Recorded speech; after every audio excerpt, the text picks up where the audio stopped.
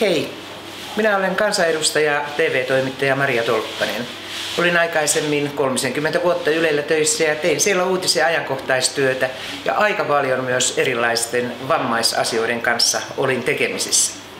Epilepsia on minulle sillä tavalla tuttu asia, että meillä on perhepiirissä epilepsiaa, kuin myös minun lasteni kaverilla yhdellä on erittäin paha epilepsia, joten olen joutunut näkemään myöskin ison kohtauksen ja saanut ensiavun siihen, mitä pitää tehdä. Olisikin äärimmäisen tärkeää, että vanhemmat tai koulussa opetettaisiin, mitä tehdään, jos joltakin alkaa tulla vaahtoa suussa tai joku kaatuu maahan ja rupeaa pyörimään ympyrää.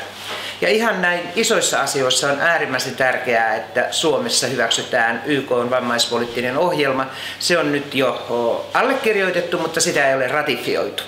Sinänsä sen ratifiointi ei tuo sen enempää ihmisoikeuksia, mitä vammaisilla jo on, mutta se takaa oikeudet. Se antaa silloin muun muassa mahdollisuuden valittaa omista asioistaan, jos päätökset ovat vääriä. Ja sen lisäksi se antaa mahdollisuuden omaan kotiin, omaan asuinpaikkaan, perheen perustamiseen ja lasten saamiseen. Mutta tänään me vietämme epilepsiaa riehaa Jouppiskalla, nyt kaikki rinteeseen.